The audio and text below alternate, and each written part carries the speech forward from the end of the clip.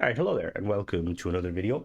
Today we're just going to have a conversation. A couple of things I want to talk about regarding kind of Starfield and just kind of news in general.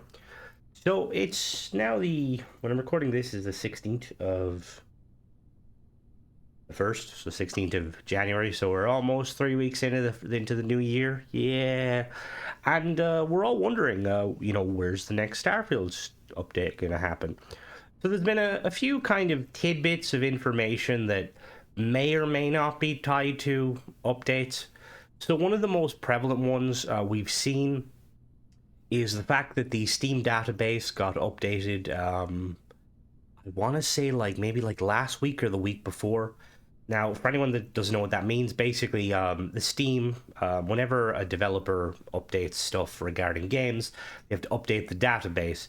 And usually it's all heavily encrypted. You can't see what's been changed, but you just see that, okay, so and so has been changed from version X to version Y. Starfield got a couple of changes. Usually, what that means is it means that there's an update. It almost always means there's an update coming out. We don't know when or where that update will be. Where? We know where it'll be. It'll be on Starfield. We don't know when it'll be, though. There is some speculation that it'll coincide with the Xbox showcase at the next week. So again, for anyone wondering, the Xbox showcase, it's like a kind of a developer direct, I think it's called. Basically, the next week they're doing a kind of a showcase where they're going to be showing some of the various games at Xbox. Now, they haven't said a whole lot about it. There's been no mention of Starfield being showcased at it. There's been very little mention of any games. The only games they've kind of teased is Doom and two other new games, and then a super teaser, or like a secret teaser to an upcoming game. Now, that's not to say that we might not get Starfield information or any other information. I know I'm also very excited about getting some Halo information, just because there's been that whole thing with Halo 343 changing to Halo Studios. I think as a fan of Starfield, I think everyone should should definitely temper their expectations. We all seen what happened when we watched the it was one of the one it was a Gamescom, I think, before the launch of Shattered Space, and they brought out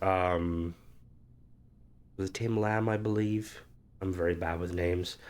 To talk about Shattered Space, and honestly, it was a massive letdown. Not Shattered Space, the fact that they didn't really talk too much about it. But then that's kind of always been Bethesda's thing. Bethesda kind of talks about it.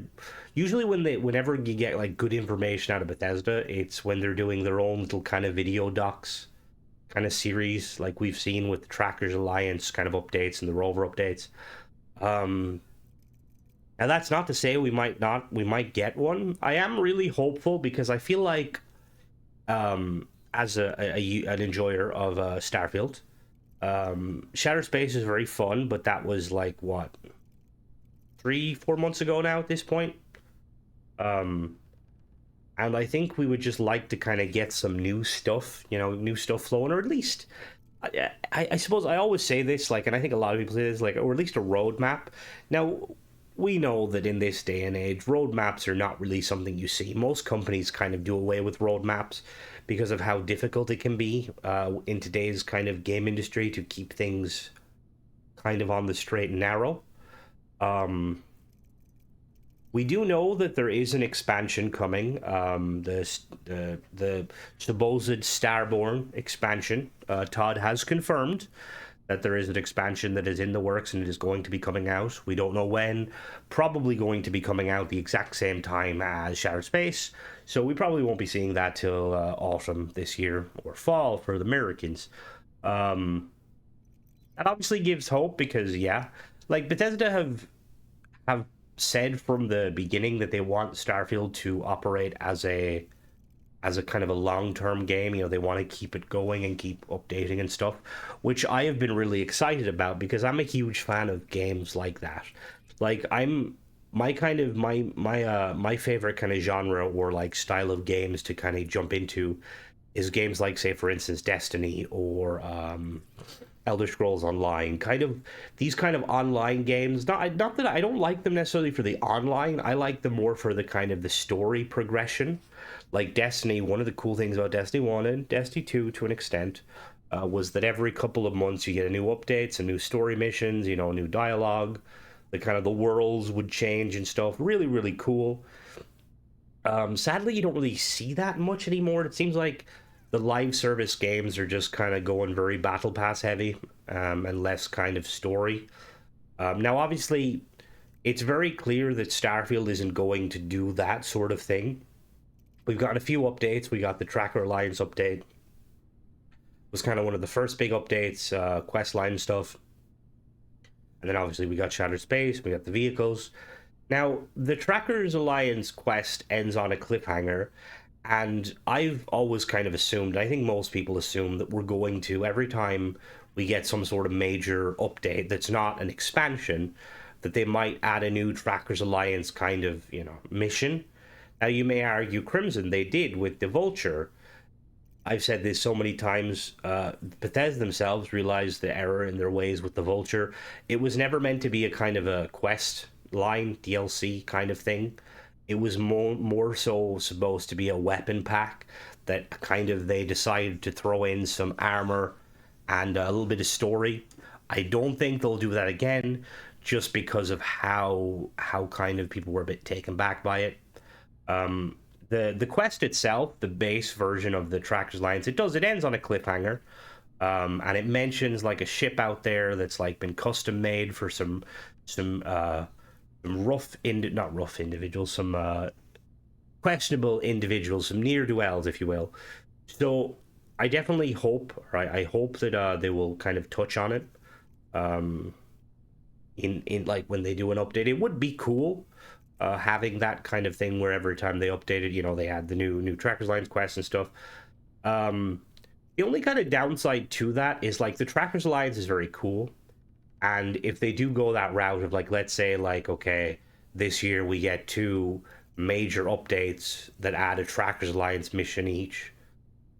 In one way, it is awesome, but at the same time, it's would be kind of annoying because, well, it suppose it depends on how you view the Trackers Alliance. I think the Trackers Alliance are very, very cool, and I like what Bethesda have done with them. They've basically turned them from a glorified kind of like, yeah, we stand here, we do very little, we're just kind of fluff for the bounty board, to now being an actual faction with NPCs and like vendors and stuff.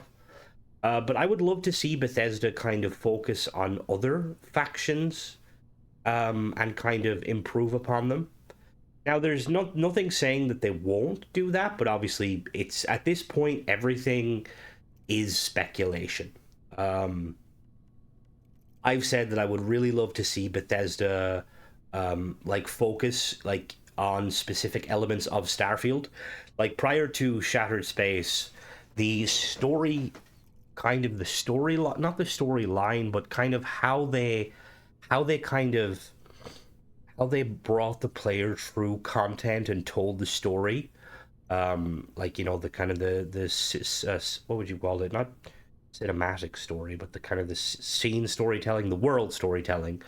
Prior to Shattered Space, there was a lot left to be desired, but they kind of nailed it with Shattered Space. And I've said this a few times. So I think that if they keep the formula going of, for future expansions, focusing on, singular worlds or small systems where it's very POI dense, all, so you're not constantly jumping in ships and going from one planet to another.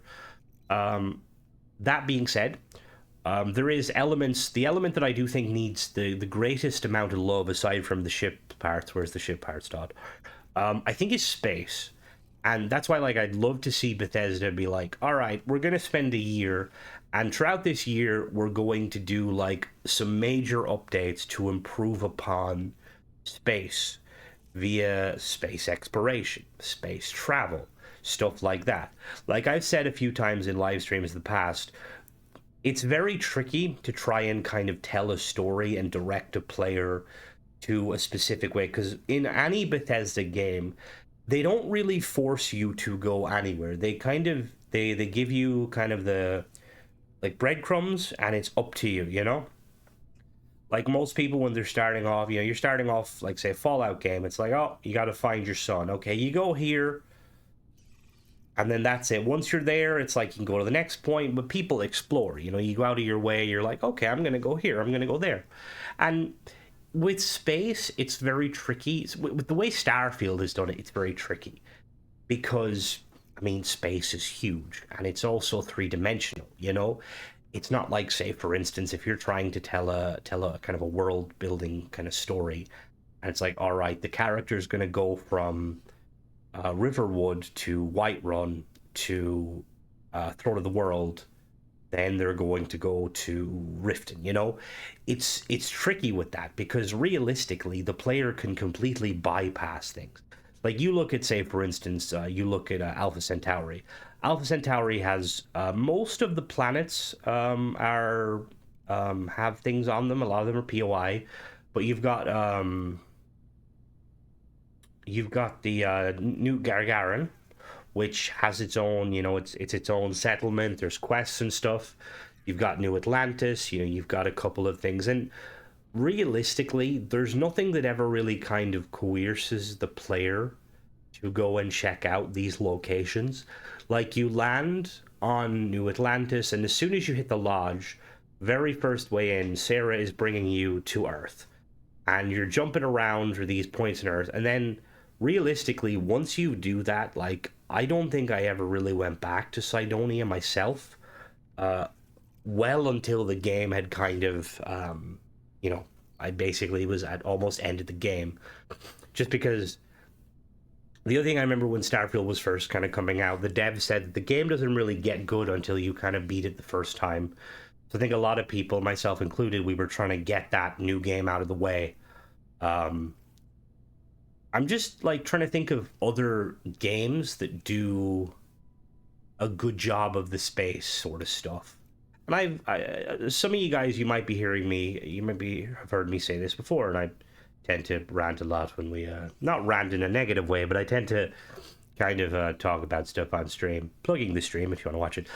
One game that I think does a good job is Mass Effect.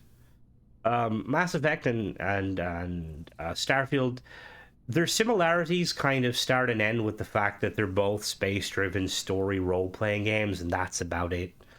One of the things Mass Effect kind of does is it's not a true open-world game. Technically, you can explore and kind of go back and forth to different like planets and stuff, but for the most part, you're kind of pushed down a specific path. And I think that Starfield could potentially benefit from something like that. Like I recently, or not recently, last year, I was given the opportunity to play X4. Amazing game, really, really cool space game, and the way it kind of, the way it kind of the space is done, like the way the systems are laid out, it's in a way that again kind of does a semi decent job of telling a story. So like before we were saying, you know, you go to New Atlantis, right? It's like, okay, I'm at New Atlantis. Now I want to go to Aquila City. It's just a straight, okay, I have jumped to Aquila City. It's game over. I'm at Aquila City. I've completely bypassed everything. Instead, if they were to operate on a similar system to something like X4 or Mass Effect, where if you want to go from one place to another, you have to fully travel through the system first. So if you're in New Atlantis, you have to go from New Atlantis to, let's say, to the next stellar body, which would be, what would that be? That would be Gargarin, and then so on and so forth until you get to the edge or the edge of the system. That's how Mass Effect does it. When you want to kind of jump, you have to go to the edge of the system, usually the edge of the system, and then you're looking for like a kind of a mass relay. Now, obviously, the grav technology doesn't work the way it doesn't work how let's say the relays work in Mass Effect, or it doesn't work like another example is Elite Dangerous. Elite Dangerous kind of has this system in play where again, the similarities between, before anyone says, yeah, I know there's not very much similarities between Elite Dangerous and Starfield, but the way they do it is whenever you jump into a planet, you always jump to to one of the suns, which usually that's in the center of the system. And then, like, as you're exploring, you slowly kind of push your way out. And I believe if Starfield kind of had that like system, where whenever you were grav jumping, you would have to grav jump to either a celestial body, as in the sun, the solar, the star, or you would jump to the outskirts of the planet. So let's say, for instance, if we were jumping into Earth, we would come in at Pluto, um, and then you would have to slowly make your way in past all the other planets. And each time you kind of, because obviously the thing is with Starfield is, you have the cool, the planets rotating around, the gravity wells and the orbital orbits, and it's really cool. But having it more kind of two-dimensional, like, obviously it's not technically two-dimensional, but if you were to have it to look like kind of two-dimensional, like, say, Mass Effect or Elite Dangerous, or even I think No Man's Sky kind of does similar stuff, where, like, you kind of start off at, like, say you're at one point and you have to go through the whole to get to the whole other side. Now, obviously, this is just me kind of rambling. In order to do that, I think it would require a lot of overhauling and changing, and it probably isn't even possible.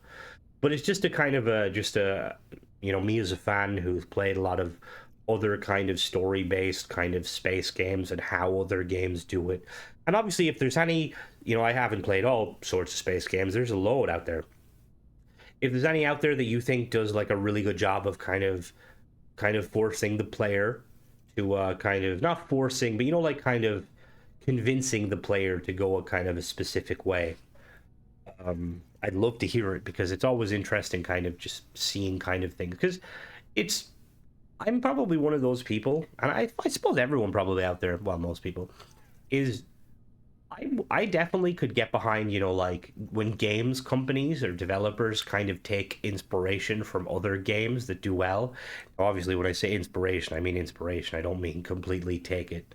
You know, we're not going to have a situation here where somebody tries to completely copy something like Mass Effect. But yeah, I think it'd be cool to see some space changes. So I feel like that's where currently where it's like it's one of its biggest kind of flaws are, in the space kind of travel. And then there's a excuse me, sorry, I'm still a bit sick. There's another couple of things I want to talk about. So one of the things I do wanted to talk about. So recently, there's been a lot of talk about a former Bethesda developer who worked on Starfield called Will Shen, who has said that they think that modern games are too long and they're causing players to be fatigued. There's a Lincoln article by Game Rant at the where the where the interview kind of goes down, and it's quite interesting because anytime a game developer says something, you kind of get a lot of people that will jump behind and be like, "Oh, this person must know what they're talking about."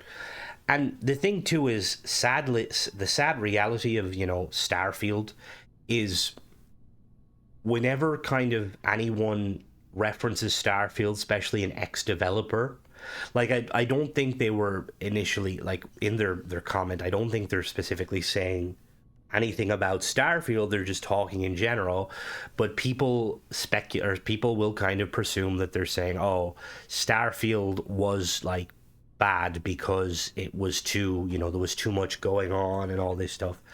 And I've seen that being touted quite a bit, and it's interesting because myself as a gamer, I've played many games. I personally, and again, I'm not a developer. Obviously, this is I believe it's a gentleman, is it? I believe so. I apologize. Not obviously, this Will clearly guy knows his stuff. I'm not going to sit here and be like, I know better than you, because I don't. But I will say that I, in my experience, I would tend to disagree that gamers are getting fatigued by longer games. I think it very much depends on like your definition of like what is a long game. You know, like some of the most enjoyable games I've played in the last probably 20 years of my life have been games that kind of kept me immersed for years and years.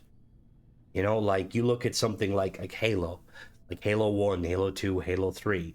Like all of those games, realistically, they could take, depending on the difficulty, they could take upwards of like, I mean, realistically, probably like 30, maybe 30 hours to beat Halo by yourself on the difficulties.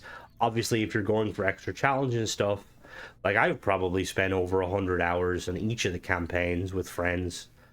Um, and I find that again, it comes back to the whole thing with Starfield, and people are like, "Oh, is that why Starfield was And to be honest, like I'm not going to sit here and say Starfield is the most amazing work since sliced bread. It's not. I feel like anyone who's a fan of Bethesda titles, you look at Starfield and you can see that there's certain things that they did differently for whatever reason that I would love to know. They've made some amazing strides with, like, say, for instance, ship travel, ship combat, and also the vehicles and stuff. But there is certain aspects that just aren't there. Like an example I always kind of refer back to, and I've kind of covered in a few videos recently, is like the melee combat. Like Elder Scrolls Melee was always interesting because it was a fantasy game. It's basically spells and swords and shields and stuff. And obviously, if we were to look at some more realistic like melee games compared to Elder Scrolls, there's definitely better ones out there, but I've had I've had tons of fun time kind of chopping people's heads off in Skyrim and stuff. And in Starfield, melee is one of those things where it just feels like it just misses personally. Now I don't know why, because like melee weapons, they're obviously they've been updated. Like what were they? They were updated. I want to say they were updated like two updates before Shattered Space to make them like actually melee weapons. You could upgrade the blades and the handles and stuff, and obviously they're viable. But I don't know, maybe would it be the lack of animations? Like I was a big fan of the kill animations and stuff in Skyrim and also in Fallout. I used to love the you could like suplex people and you could like hit them in the face with your gun and stuff. And Starfield seems to lack that. And I feel like it's that sort of stuff that kind of sets you apart and makes you feel like the actual, like, okay, I am the god, you know? Like when you run up to someone and like you hit them in the face with your gun and knock them out, or you go up behind someone and you basically just choke them out or you behead them. Like it's stuff like that where it's like, okay, I'm more powerful. Like Starfield doesn't really have that. And I know that some of the reason why is probably goes down to gore, and the reason Starfield did not for gore is I believe it's to do with how they've done the kind of the new spaceship system or the spacesuit system and stuff, which makes sense. But it just, yeah, like what do you guys think? Like, what are some things that you think that Starfield did compared to, like, say, Fallout and compared to Skyrim? I say Skyrim, but I mean Elder Scrolls. That they did, like, that Starfield has done far better. But then in the same vein, what are some things do you think where Starfield just doesn't fail to reach, or it fails to reach that kind of same aspect that Elder Scrolls had? Sorry about that. I had to mute myself and pause there. I had to coughing fit. But yeah, and the last thing I kind of want to talk about here before I end my little rant is, and this is not really Starfield news, but it is kind of gaming stuff related to Bethesda. So it's been almost all but confirmed for the last probably 2-3 years that there's an Oblivion remaster coming supposedly, and there's a Fallout 3 remaster coming. And I'm pretty sure that it's, again, this is one of these things where you take with a grain of salt. It's all but been confirmed that it is coming out. Apparently, from what I've heard, and again, this could all be very much hearsay, because when anytime they ever talk about like leaks or something and stuff like that, I'm always very much like, one, I don't really like to focus on leaks because you never know. I have been let down so many times in the past, hearing people say like, oh, here's leaks about a new Halo game and it's gonna have the Arbiter, and I'm like, oh, what? And then turns out nothing ever happened. But apparently, Oblivion, it's in the works, and Fallout Remaster, they're being made by, like, not being made by Bethesda, they're being apparently made by a different studio, kind of I can't say a la, and then, like, kind of similar to Fallout New Vegas.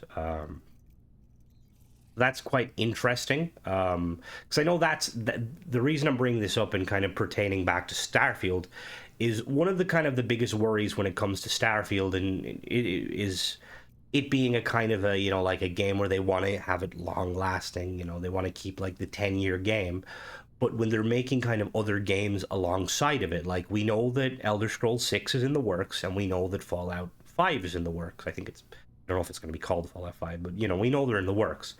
So the fact that that there's been some remasters being made, and obviously remasters, I don't believe, and again, this is where they're not a game dev, but I don't believe remasters are as resource and kind of like as intensive as like a new game. Obviously, they're still not, I'm assuming they're not easy to do, but it is good to know that if this is supposedly coming, it's a different studio. Bethesda is just gonna kind of probably have an overview of it, like, yeah, that's looking good. Needs more sweet rolls. So it is looking like we have uncontested Starfield powers, Starfield development, at least for the near future. I've said this a few times. Obviously, I say that a lot. I repeat myself an awful lot, putting it down to my mind being delirious. But with regards to the next Elder Scrolls, the next Fallout, if Bethesda do want to keep Starfield going as a kind of a 10-year game, it will probably come out like, or will probably still exist and be updated alongside another Bethesda title. Realistically, probably Elder Scrolls. That seems like the newest thing. Now, I think it would be an amazing feat for Bethesda to kind of have like multiple of their IPs that out at the same time, being developed at the same time and updated and kind of content being made for it. I don't know how plausible that is. I mean, you could argue that technically that already is the case because you've got ZeniMax, who are under Bethesda, and they do ESO and stuff, but obviously they're like a completely separate company. Um, but for you guys like who are fans of, say, like multiple kind of Bethesda titles, like for something like that, would you guys like that, or would you guys kind of hate that?